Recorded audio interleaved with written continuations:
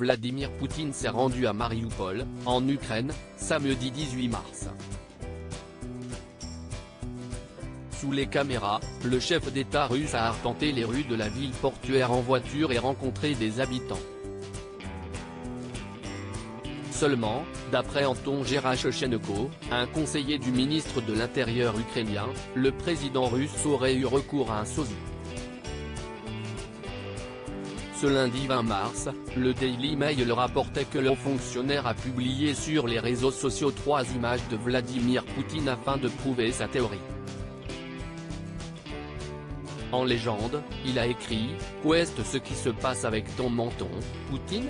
On dirait que ces derniers temps, ces maquilleurs ont dû travailler avec une copie de piètre qualité, pas même un double, mais sa copie. Je me demande lequel d'entre eux était le vrai. »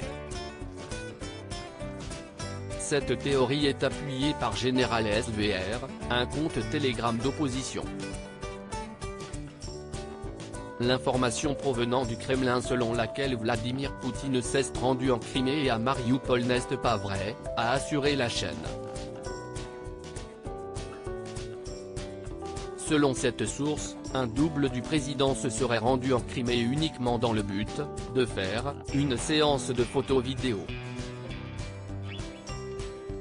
Pour preuve, Général SVR a argué, les promenades spontanées de Poutine dans Marioupol au volant, sans bloquer les rues, sans cortège de garde, et allant vers le peuple dans une ville occupée de la ligne de front sont irréalistes.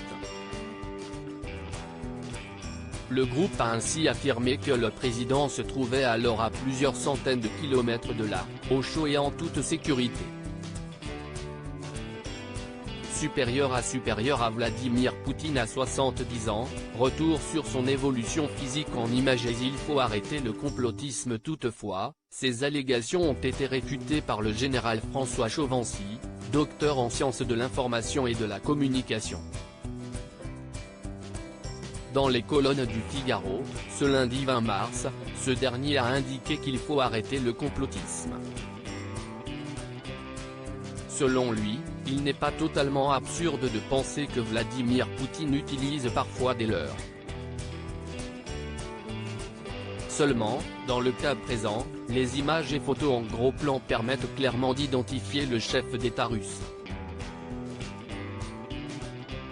Article écrit en collaboration avec 6 médias Crédit Photo, Itar TASS.